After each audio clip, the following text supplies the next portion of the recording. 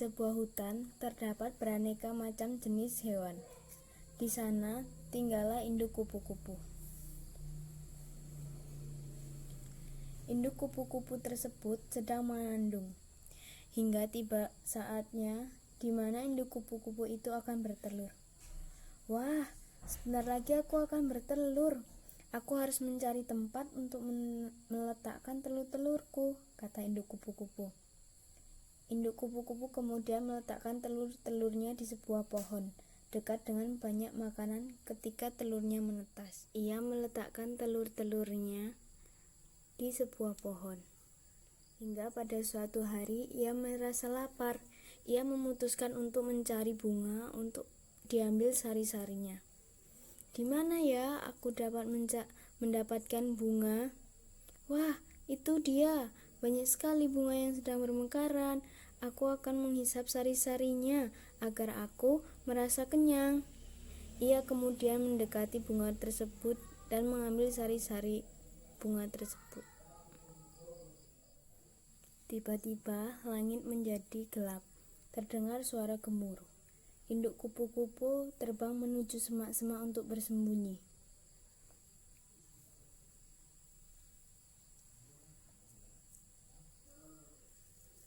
Angin puting beliung menerpa hutan mereka. Semua luluh lantah diterpa angin puting beliung. Hush, hush.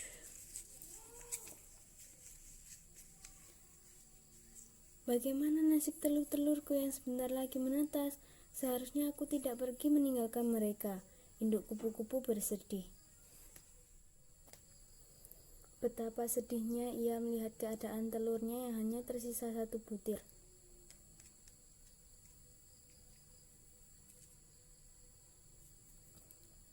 Tetapi ia tetap bersyukur. Ia menjaga telur itu dengan sepenuh hati hingga telurnya menetas. Keesokan harinya, telur itu menetas. Mariposa, kata induk kupu-kupu. Hanya satu patah kata yang terucap sebelum induk kupu-kupu tersebut mati. Mariposa, itukah namaku? Katanya. Tetapi ia tidak melihat siapapun kecuali kupu-kupu yang mati. Mariposa merasa sedih. Kini ia hidup sebatang kara. Ia tidak tahu apa yang harus ia lakukan. Mariposa memutuskan untuk berjalan-jalan sambil mencari makanan. Di tengah jalan, di dekat semak-semak, ia bertemu dengan seekor semut.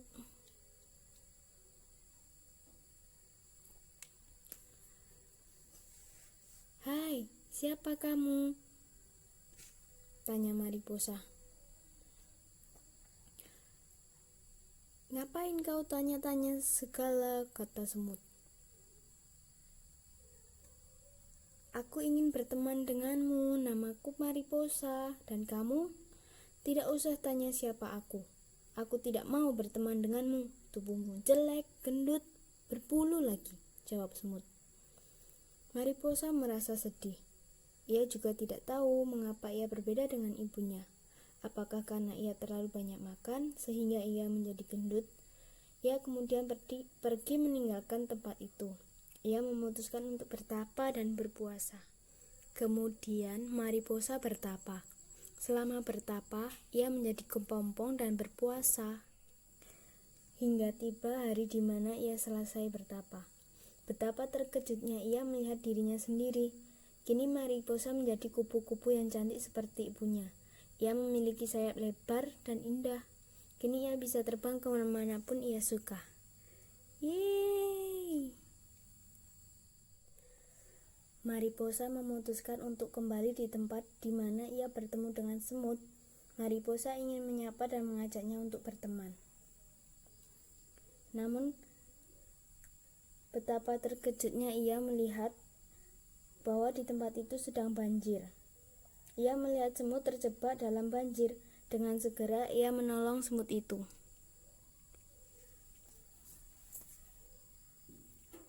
Ayo semut, akan kubantu. Mariposa kemudian terbang dan membawa semut.